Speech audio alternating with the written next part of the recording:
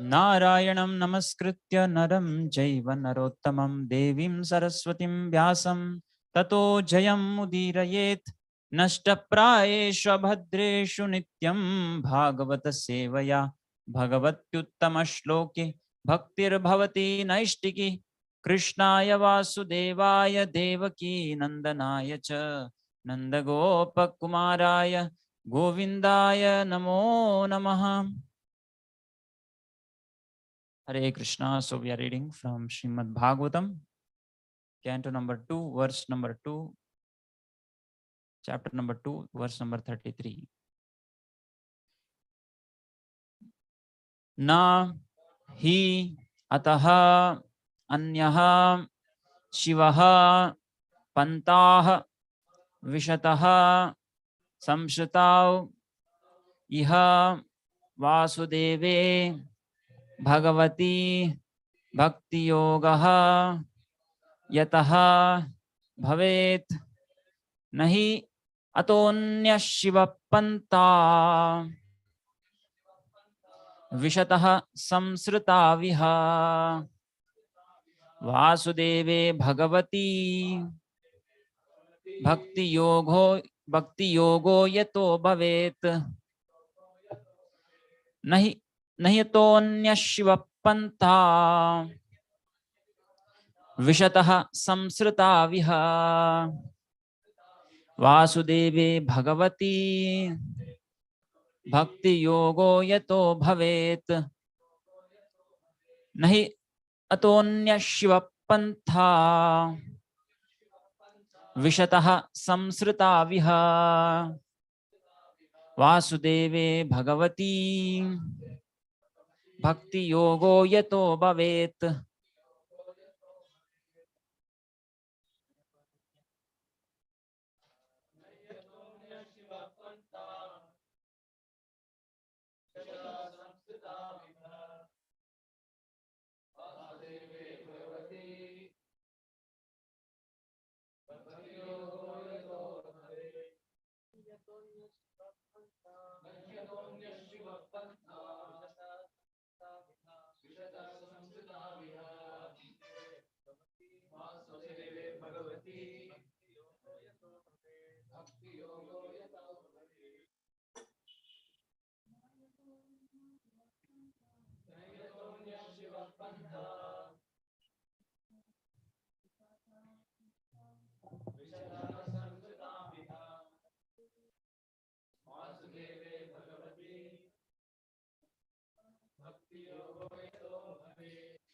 Word to word meaning: na, never; he, certainly; ataha, beyond this; anyaha, any other; shivaha, auspicious; pantah, means; vishataha, wandering; samshritav, in the material world; iha, in this life; vasudeve, unto Lord Vasudeva; Krishna; Bhagavati, the personality of Godhead; Bhakti Yogaha, direct devotional service; Yataha, wherein; Bhavet, may result in.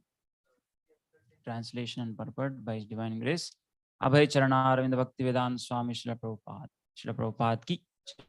For those who are wandering in the material universe, there is no more auspicious means of deliverance than what is aimed at in the direct devotional service of Lord Krishna. Purport. As will be clarified in the next verse, devotional service or direct bhakti yoga is the only absolute and auspicious means of deliverance from the grip of material existence.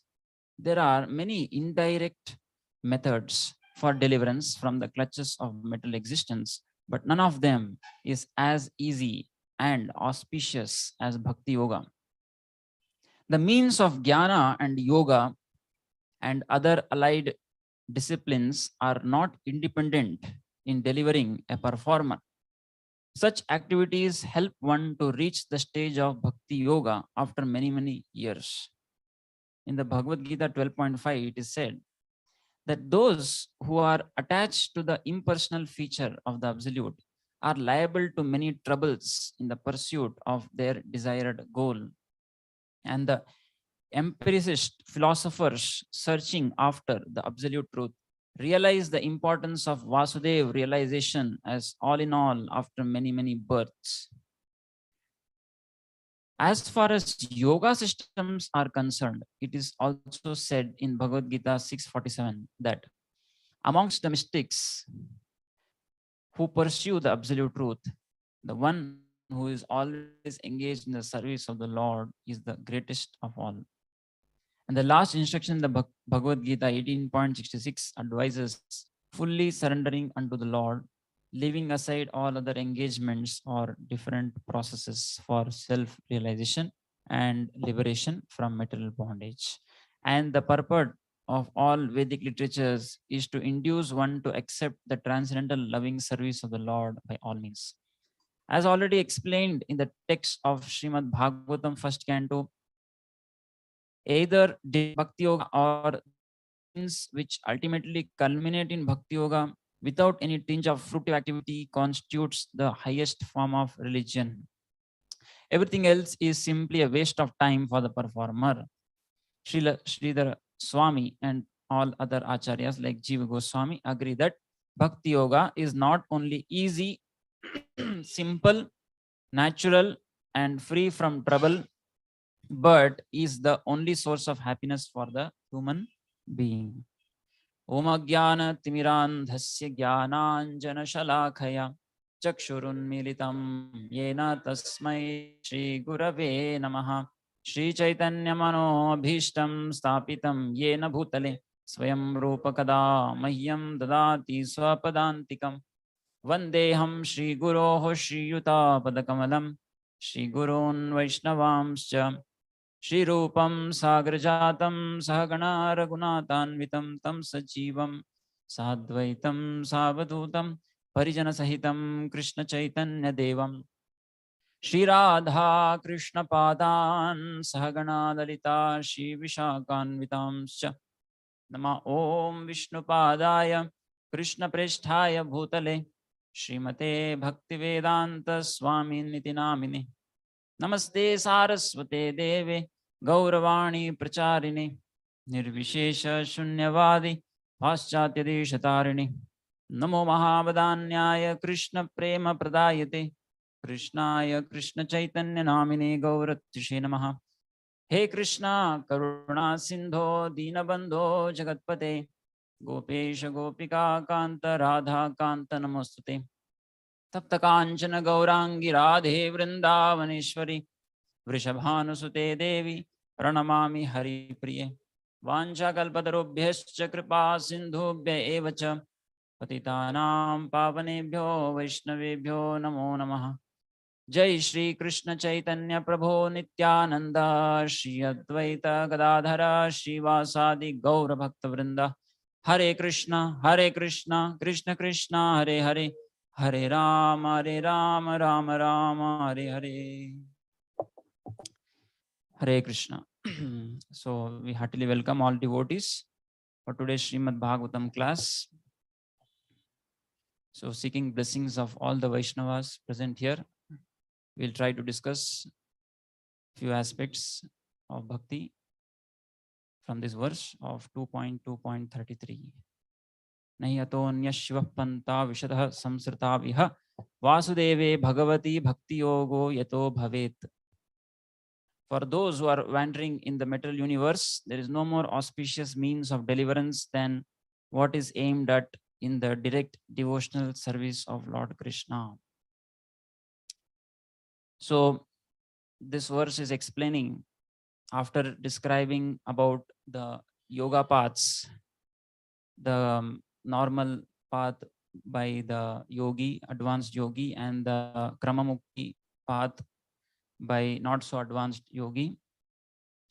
Now here Shukadev Goswami is explaining what is actually the best method for liberation, or the best course which a living entity should take in order to attain the highest benefit. So in the Srimad Bhagavatam first canto also, Sukadeva Goswami already described Savai Pumsam Paro Dharmo Yato Bhaktir Adhokshaje Ahaituki Apratihata Yatma Suprasidati. So what is that by which the living entity can be completely happy? So he says, Vasudeve Bhagavati. So Savai Pumsam Paro Dharmo Yato Bhaktir Adhokshaje. So the Bhakti marg was already recommended in the first canto. And by that one will be Suprasidati. Suprasidati means you will be completely happy. So that is the goal of every living entity. One is trying to get happiness. So the yogi is thinking that I will get happiness by mukti. Correct. But we have to understand that the real happiness for the living entity is not in mukti, but in bhakti. So Vishwanath Chakravarti Thakur, in this commentary, he says that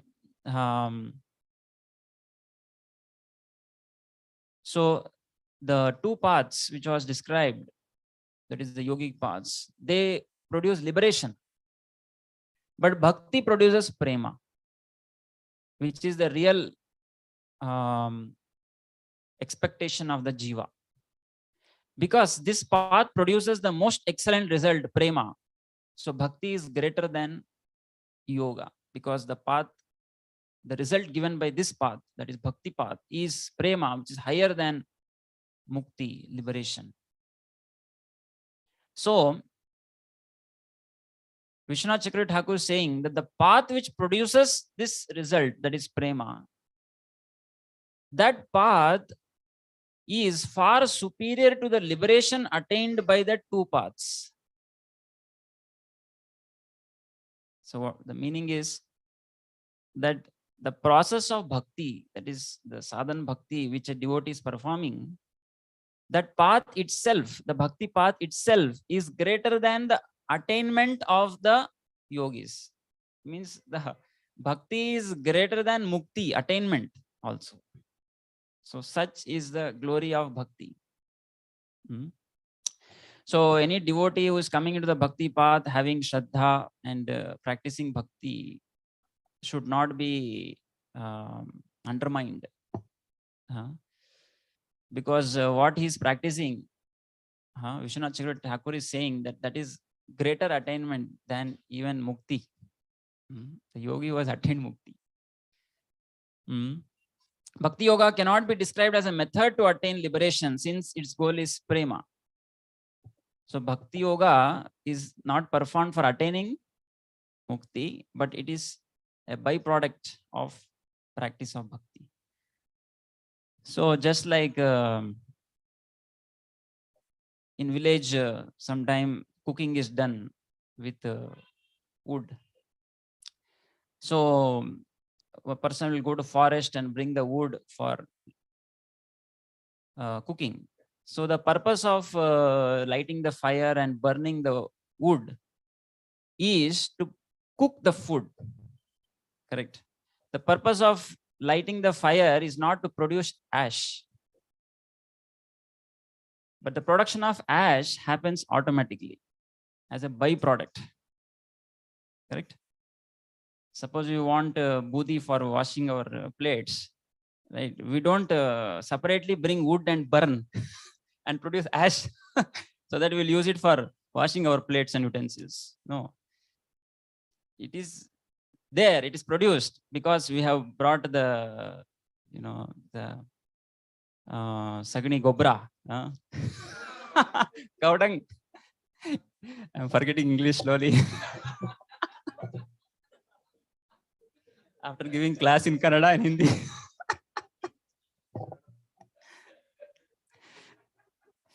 So cow dung cakes.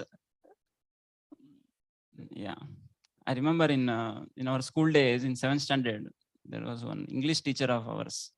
Her name was Bhavani Madam. So while teaching English, one day she spoke grammatically incorrect sentence. Right?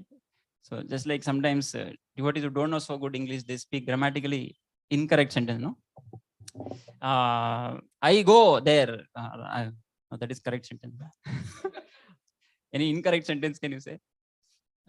Like he go there. They comes here. So this kind of some wrong statements he told, and everybody was laughing. And she did not realize that she told wrong sentence. Then she understood after everybody laughed that this was a wrong sentence. And then she became so angry. She said, by association of you, my English is also getting spoiled. So like that. So we don't purchase cow dung cake for producing ash so that we can use for washing our vessels. But we buy cow dung cake for removing the mosquitoes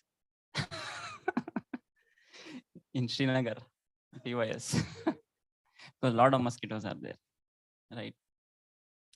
So like that, production of the ash is a natural consequence of burning the wood or cow dung cake. But the purpose for which we burn is something different, that is cook prasad, right? So like that, bhakti produces mukti like a byproduct. And when Haridas Thakur actually told this, who was that? Gopal Chakravarti, yes, Gopal Chakravarti. So he became very angry, you know. So what are you saying? You are thinking that mukti is some cheap product available in nearby kirani stores that you can pay money 10 rupees and buy it. You're considering it so cheap. But Haridas Thakur told the facts according to Shastra. That mukti is very easily attained. So Srimad Bhagavatam starts with dharma prochita kaitavotra paramo nirmatsaranam satam vedyam vastamatra vastu shivadam tapatrayon. So the Bhagavad dharma is the purest of the dharma. And it is Shivadam. So as this verse is also telling that Nahiyatonya Shiva Panta. So Shiva means auspicious. Correct? So the most auspicious attainment or the path, the most auspicious path is the Bhakti Yoga. And that is what is recommended in the Srimad Bhagavat Puran. So Sridhar Swami in this verse, while commenting, he says that the meaning of Shiva is two. One is, it is nirvigna, right? It means it is very easy to perform. There is no difficulty. Srila Prabhupada also has quoted Sridhar Swami saying that Bhakti Yoga is not only easy, it is simple, it is natural, and it is free from trouble. So he says this is nirvigna. So bhakti is very easy, correct? Bhakti is very easy. Anybody can chant. Does it require any special training to chant Hare Krishna mantra? Hare Krishna, Krishna Krishna, Hare Hare, Hare Ram, Ram Ram, Hare Hare. Does it require any training? 4 years BTech course to chant Hare Krishna mantra? No. Even small child can chant.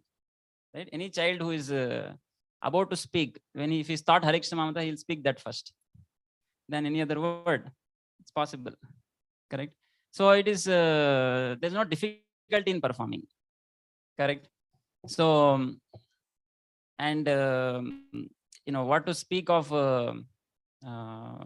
uttering the words rightly, even wrongly, if it is uttered, it gives benefit. Like we see in the case of who chanted Mara, correct? Valmiki, right? So by chanting Mara also one can get benefit of chanting Ram. So what can be more easy than that? Correct? So Bhakti Yoga is so auspicious. It's nirvigna. There's no difficulty in performing, right? Is there any difficulty in eating prasadam? Any difficulty in eating prasadam? Anybody can eat. Small child eats prasadam. Anybody can eat prasad. So easy to perform. No difficulty. Correct? And Krishna is telling in Bhagavad Gita, right? Bhakti is very simple. Patram, pushpam, phalam, toyam. Yo me bhaktya prayasyati. Right? I accept anyone who offers simple things. Krishna is not telling that you offer 1 CR to me, then only I will consider that bhakti. No. Anybody who offers anything from their heart, right? And one acharya says that he's not telling patrani, pushpani, falani. He's not telling bahuvachana. He's telling singular. Patram, pushpam, because people have different reasons why they should not do bhakti. Hey, patrani, no, I cannot. No, I am very poor. I can offer only 1 leaf. Okay, offer 1 leaf. Correct? So patram, pushpam, phalam toyam. Anything which is obtained nearby house only, you can offer to Krishna.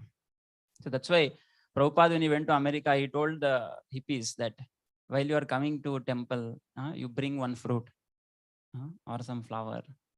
Correct? So he was actually inducing them to do bhakti. Right? So Prabhupada in this way installed the bija of bhakti in their hearts. Correct? And Shravan, Kirtan, Smaran. So these are 9 process. This is very difficult to do. That is also not very difficult. So even if one can just sit in the class, he has so much benefit. That is bhakti. One can just chant. One can say something about Krishna. That is bhakti. It is very simple. Right? So, as soon as one gets up from bed, one starts speaking. Our hearing is very natural. We hear so many videos, lectures, or so many things we keep hearing. People keep hearing. So it has to be dovetailed. That's all. Right? So you are hearing so many things. Why don't you hear about Krishna? You are speaking so many things whole day. You are speaking. Why don't you speak about Krishna? So bhakti is very simple. That's what Sridhar Swami is telling. And it is pleasurable to perform. Sukha Swarupa. It is Sukha Swarupa. Right? So in 2.2.6 in this same chapter, 6th verse, there, very beautiful purport, Vishwanath Chakra Thakur says that just like in Homa Havana, they try to invoke the different demigods by Avahana. They do Avahana and call the different devatas to reside in a particular place, and then they offer some things. So Vishwanath Chakra Thakur is telling that Lord Vasudeva, there is no need of Avahana, because Vasudeva is present in the heart of every living entity. You don't have to chant any mantra to invoke God. Bahir Narasimha, Hridaya Narasimha. Correct?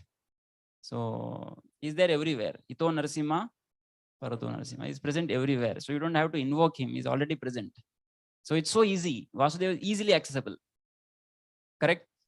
So, and he says that the Lord is also naturally the shelter of prema. And though he is shelter of prema, he has no unwanted accessories like suns, since he's a supreme object. So the prema of the Lord is not divided into different people. Like, if a father is there, if he has 10 sons, then his love is divided for 10 sons. Like, the attention the one son will get will be 1/10. Correct, no? But you have one son, then full attention is given to that one son. But Lord doesn't have any sons, like the Vishwanath Chakra Thakur was telling. It means that his complete love is for those who take shelter of him. His love is not divided to some people. So the love can be accessed by anyone completely, 100%. That's the point. And he is Ananta. You need not say that maybe if I give little and he's satisfied, then he'll go away. No, he's Ananta. He needs unlimited. So he'll keep accepting unlimited from you. Correct. So in this way, he says that a word called Niyatartha. He says Niyatartha can mean the devotee, he has fixed the number of names he chants, how many stories he will hear, how many obeisances he will offer, how much time he will meditate. So in this way, devotee develops bhakti in his life. Vishwanath Chakra Thakur says. So which means yes, Sankhya Purvaka Namagana Natibihi. So one has to have a number. So many times people say, how many rounds you are chanting? If you ask, then say, I am chanting always. This is the general answer you get many times. Whole day I'm chanting. Appears as if he's a pure devotee. Correct. But actually he's just not chanting anything. Some people say that I don't keep count. I keep chanting. I just chant. So this is also not recommended here. So why? Because it is natural for the Jivatma to cheating propensity. Correct. So he will say that I am chanting always or without count, but he will be chanting just 10 mantras or 20 mantras, and he will think that I am chanting a lot of mantras. Correct. He will say I am chanting one round, but do you keep count? He will say no. Then don't think that he's chanting 108. His mind will say after chanting 20 or 30, I have completed one round. Correct? Because no count. So the mind will naturally say, hey, both ho gaya. Bas, stop. So therefore, regulation is very important. You have to chant fixed number of rounds. And he's saying many other things also. How many stories he will hear? Somehow that is not there in our sadhana process. How many stories? At least we can consider this how many Bhagavatam classes he will attend. Right? Bhagavatam class story. Right? So how many Bhagavatam class he'll attend? How many morning programs he'll attend? It should be fixed, sadhana, fixed. Of course, not applicable for brahmacharis. It is 7 by 7. Brahmacharis have to attend, temple devotees have to attend 7 by 7. But for others, of course, they have to attend in their home. If they are not doing in temple, they have to do in home. It means for them also 7 by 7, actually. Those who are sincere devotees, 7 by 7. How many obeisances he will offer? That at least, I don't know. We have not done. Maybe Priya Korangpu doing. So he offers a lot of obeisances. How much time he will meditate? Okay. So that is also there. Means how many meditate can mean that how much time I will actually sit and contemplate some fixed time. Like Bhaktivinoda Thakur used to give some time for contemplation, He would just walk back and forth and he will just contemplate what all he studied. He will create a natural debate between a materialist and himself. So he in mind he'll say, if this person asks this question, what should I answer? If I say this, then what question he will ask next, and that how will I answer? Like that Bhaktivinoda Thakur used to do meditation. So in this way he would strengthen his philosophy. So like this he had fixed time to do this also. Amazing. So as we told about Bhaktivinoda Thakur, so let us discuss something from Bhaktivinoda Thakur. So Bhaktivinoda Thakur has written this book called Dashamula Tattva. I just read some things about Bhakti from this. I thought I will share with you. So here it was said that Bhakti is the best process, correct? It's the best process for the living entity who is in this material world. So why Bhakti is the best process? Because the Jivatma is naturally a servant of Krishna. Jivera Sarupa Hai Krishnera Nityadas. Correct? So that state can be attained by doing bhakti. Yoga and karma and jnana cannot give that state. Correct? One can get liberated, attain mukti, brahmajyoti, but that is not the constitutional position of the Jivatma. So, mukti hitva anyata rupam swarupena vyavastitihi. So, mukti means, actual mukti means one gives up anyatha rupam, he other different things what he thinks is right. Swarupena vyavastiti. He is established in his swarupa. And what is that swarupa? Jivera swarupa hoy Krishnera nityadas. So that is the swarupa of the living entity. Correct? So Bhaktivinoda Thakur says that in the society we see that so many religions are there. He says the religion or dharma of the jiva in its pure condition is only one. But why there are so many dharmas? Right? So many religions, you can say. He says when the jiva becomes conditioned, then the dharma becomes two. One in the conditional state, other is in the unconditional state.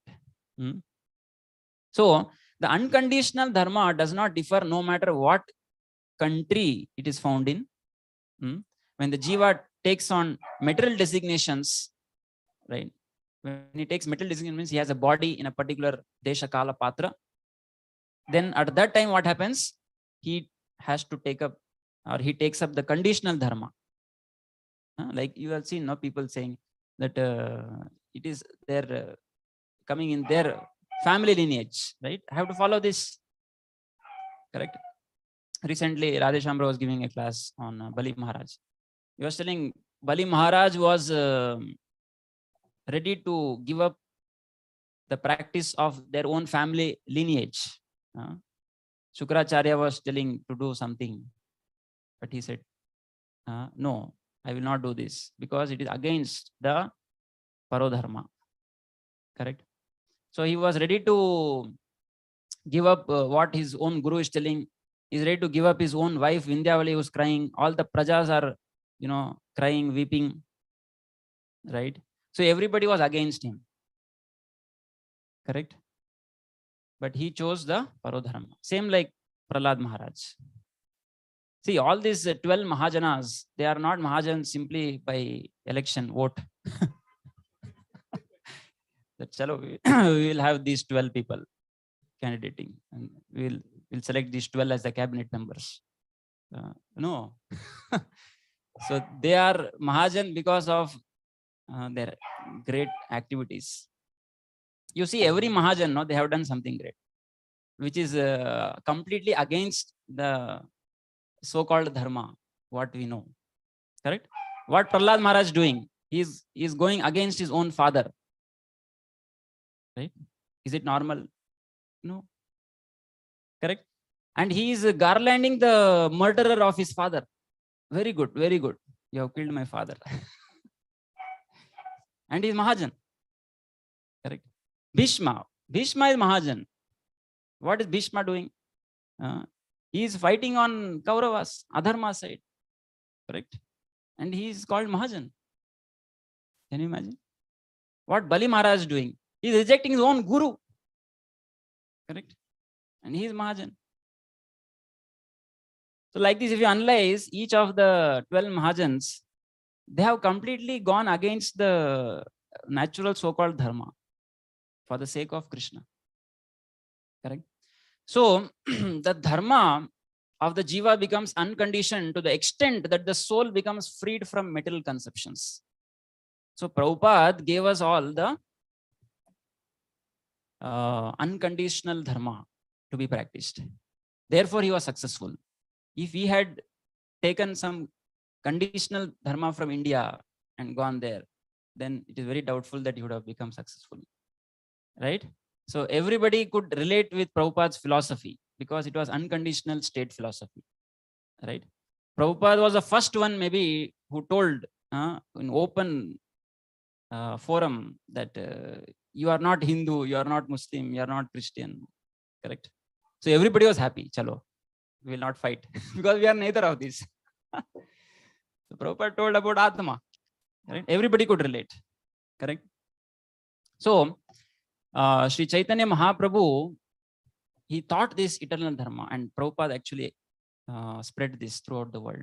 So Chaitanya Mahaprabhu also sent Rupa Nathan Vrindavan to preach, and he sent Nityananda Prabhu to preach in Bengal, and South India he himself went. Mercy. Correct? And Chaitanya Mahaprabhu says, Atta eva ami agnya dilu sabake yaha taha prema phala deha yatare Bharata bhumi te haila manushya janmayar janma sarthaka kari kara para upakar. Madhav ki jai. So Chaitanya Mahaprabhu is telling that I order every man within this universe to accept this Krishna consciousness movement and then distribute it everywhere. Chaitanya Mahaprabhu, because he himself did it and is giving instruction to each and every one of us. Ateva Agnya, I am giving Agnya. What Agnya I am giving? Bharata Bhumite Hoila Manushya Janma Yar Janma Artha Kari Kar Parapakar. So he says in the teachings of Sanatan Goswami, Veda Shastra kahe sambandh abhidhe prayojan Krishna Krishna Bhakti Prema Tina Mahadan. The Sambandha, Abhideya and Prayojan, the ultimate aim of the Vedic literature is to reveal Krishna as the Lord, either secondary or indirect interpretation of the statements or by primary or direct meaning of the statements. Mukhya Gauna Vrit Kimva Anvaya Vyatireke. Vedera Pratignya Kevala Kahe Krishna ke. So they are all Krishna. And the 10 tattvas which are taught by Chaitanya Mahaprabhu have been described in this one particular verse. He says, Amnaya prahatvam harim iha param swashaktim sabdhim tad bhinnam shamscha jivam prakriti kevalitan tad shamscha bhavat vedha veda prakasham sakalam api hari sadhanam Shuddha Bhaktim Sadhyam Tat Pritimeveti Upadishati Janan Gaura Chandra Swayam. So he says, Amnayaha Prahatvam. So the statements of the Amnaya means the Vedas. So they are the chief proof. So our reference from for any knowledge comes from the Vedic scriptures. Therefore, the Shastras are the Praman. And the other 9 tattvas, he says, the second is Harim Iha Paramam, that Krishna is the supreme absolute truth. And third, he says Sarva Shaktiman, that the Supreme Lord is Sarva Shaktiman. He is endowed with all energies. And he is Rasabdhim, he is endowed with all the rasas. He is the ocean of rasa. And Tad Bhinnam Shamscha Jivan. So the living entities are the separated amshas of the Lord. And Prakriti Kevalitan. So in the bound state, the jivas are under the influence of matter. That is the 6th tattva. And the 7th tattva is Tad Vimuktamscha Bhavat. So in the liberated state, the jivas are not in the influence of matter. And then he says, Bheda Bheda Prakasham Sakalam Api. So the jivas and the material world are both different and identical to the Lord. And then he says that Hare Sadhanam Shuddha Bhaktim, that the pure bhakti is the practice of the jivas. And then he says, Sadhyam Tad Pritim. So what is the sadhya? Sadhya means the attainment. The attainment is the pure prema for Krishna. So that is the goal. So,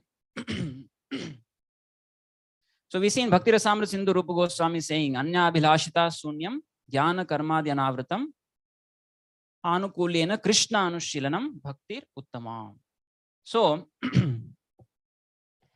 he's saying that by the jnana and the yoga, as we discussed, that it can lead one to Brahman or Paramatma realization, but these are not bhakti.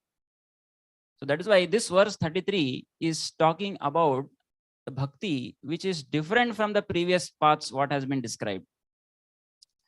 So here it says that the sadhana bhakti, the sadhana bhakti is having the 6 qualities in it, the 6 consequences of the bhakti. So Kleshagni Shubhadha Moksha Laguta Krit Sudurlabha Sandrananda Visheshatma Shri Krishna Akarshini Chasa.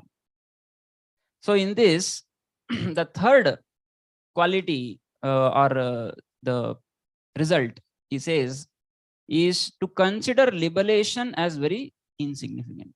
Moksha lagutakrit. So the moksha is the goal of yoga and jnana, but here it is lagutakrit. So bhakti makes moksha seem very insignificant, correct? So we know the famous verses which talks about how the moksha is considered very insignificant. Salokya, sarishti, samipya, sarupyekatvam diyamanam na grananti vina matsevanam jana. The devotees do not accept these muktis if it is devoid of service to the Supreme Lord. So, bhukti mukti spraha yavat pisachi hridi vartate tavad bhakti sukasyarth yatra katham abhyudayo bhavet. So he is telling, unless if you have desire for mukti and bhukti, how can bhakti arise? So bhakti cannot arise if somebody has desire for mukti and bhukti. Bhukti means material enjoyment. Mukti means to get liberated from material enjoyment. Correct? So, see, very nice statement. By the accumulation of devotional credits of many lifetimes, the jiva attains faith favorable for development of bhakti. With this faith, if the devotee minimizes his material needs just to maintain his life, real bhakti will arise. So many times we hear that devotees say that, Prabhu, I want to earn a lot of money and give it in donation to Krishna, and that is devotion. Correct? But actually, the real bhakti is not that.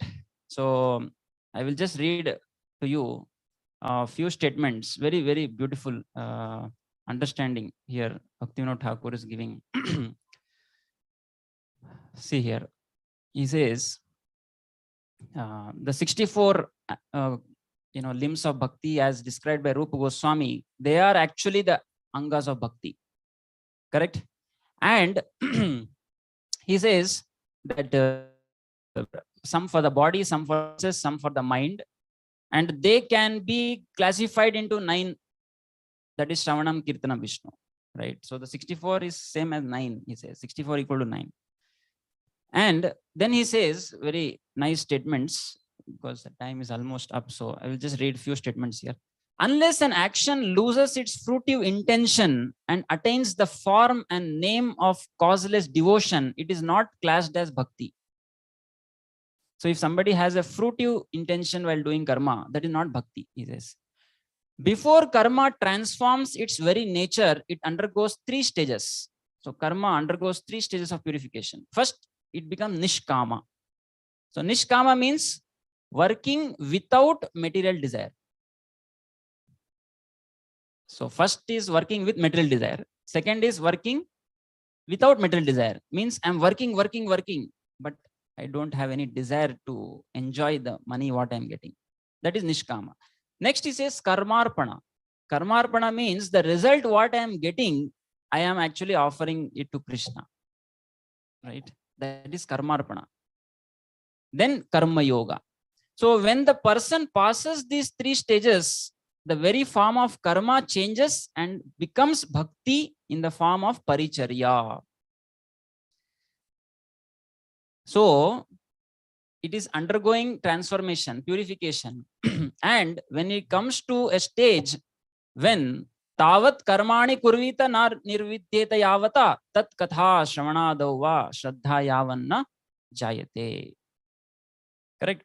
So he says, see, when a person becomes indifferent to karma, karma simply transforms into jnana. So when one rejects karma as not so great, then it becomes jnana. But when the faith in Krishna is developed, then karma changes into bhakti. Right? Till the time the bhakti has not come. So what is the use of nishkama karma? if somebody says that Nishkama karma is very great, that working without any material desire, right? Naishkarmyam achyuta bhava varjitam na shobate jnanam alam niranjanam. Right? Kuta punashashvat abhadram ishware na charpitam karma yadapya karanam. So he is telling even the Nishkama is not so much great. Then even the Brahma Gyan, if you consider, that is also not so great. Right? Essentially, it's devoid of both karma, and because Brahma Gyan is devoid of Achyuta, means it's no Krishna consciousness there. Right? Achyuta bhava varjitam. Correct? So then it is not great. So bhakti. So I am going to read one translation from 1.5.33 to 36. So it's a very, very important lines, and I will conclude with this. Here, very nice translation. He says, if one tries to cure a sickness by the very cause of the sickness, the disease will never be cured. Which means you cannot come out of karma by doing karma kanda activities, karma activities. Correct? The cause of the disease of samsara of the jiva is karma kanda. Whether it is nishkama or offered to the Lord, it still does not yield destruction of samsara. Correct? Because it's still under karma category. It will not lead to destruction of samsara. Only after karma is accepted, only to the extent of maintaining the body does it lose its nature as karma. Only after karma is accepted, only to the extent of maintaining the body does it lose its nature of karma. It means devotees who are working outside, okay, if that is done for the maintenance of body, then it loses its nature of karma and comes to bhakti. Right? So if somebody is saying, I will earn so much, I will give this much, that actually not bhakti. Correct? So he is earning just to maintain his body, and remaining everything is for Krishna only. He is thinking that becomes bhakti actually. Correct? Of course, with the right knowledge. Otherwise, it may just become karmarpana also. That I am offering the results to Krishna. Correct? So, but here he is doing everything for Krishna's purpose. So that's why when we generally guide devotees, if somebody is very rich already, is in big MNC, then we may tell him, okay, money for Krishna service. But if somebody is actually simple and he's having desire that I will become millionaire and I will give so much money to Krishna, we shouldn't encourage that actually. Only then can it transform into bhakti. Only when those karmas alone which are favorable for pleasing the Lord are accepted, and the person accepts sambandha gyan concerning bhakti, does all karma become bhakti yoga. Okay? When all the karma become bhakti yoga?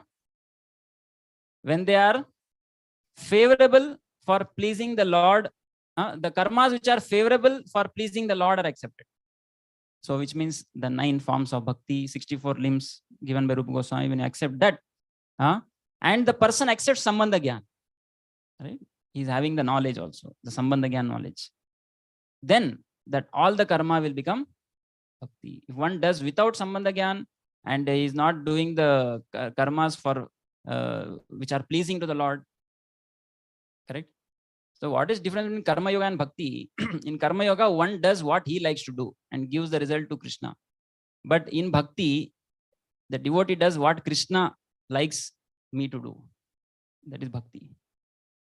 So making all actions in relation to Krishna and accepting the teachings concerning the Lord, the devotee should constantly chant and remember the qualities and names of Krishna. This is the instruction of the scriptures.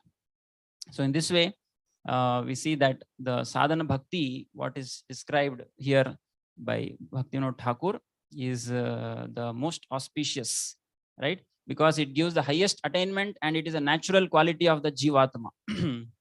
So I'll just read one verse from Padma Puran. I was hearing from one devotee.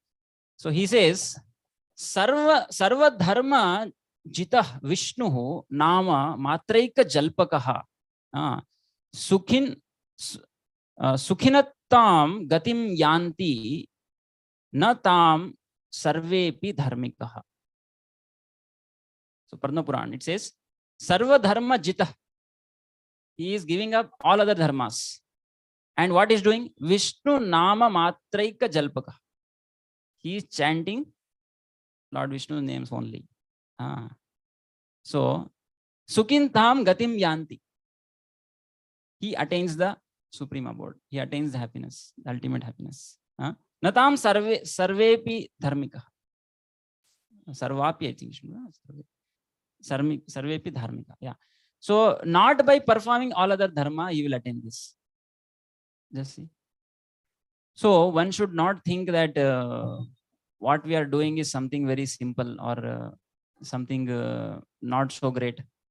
So, chanting of Hare Krishna is the greatest thing what one can do in life. Correct? So, there's so many verses glorifying the chanting of the holy names. So, in this way, bhakti is very simple, but it is simple for those who are simple. But it is very complex for those who are complex. So complex means those who don't have the faith, they are called complex actually. Right? Those who are filled with karma and jnana tendencies, for them it is the most complex thing. Right? Chanting is the most complex thing. But for simple hearted devotees, right, it is a most simple thing. Correct? Natural thing. So with this, I'll conclude here. Srila Prabhupada ki jai, Srimad Bhagavatam ki jai, Nitai Gaur Premanande, Hari Hari Bol. Any comments? Any corrections?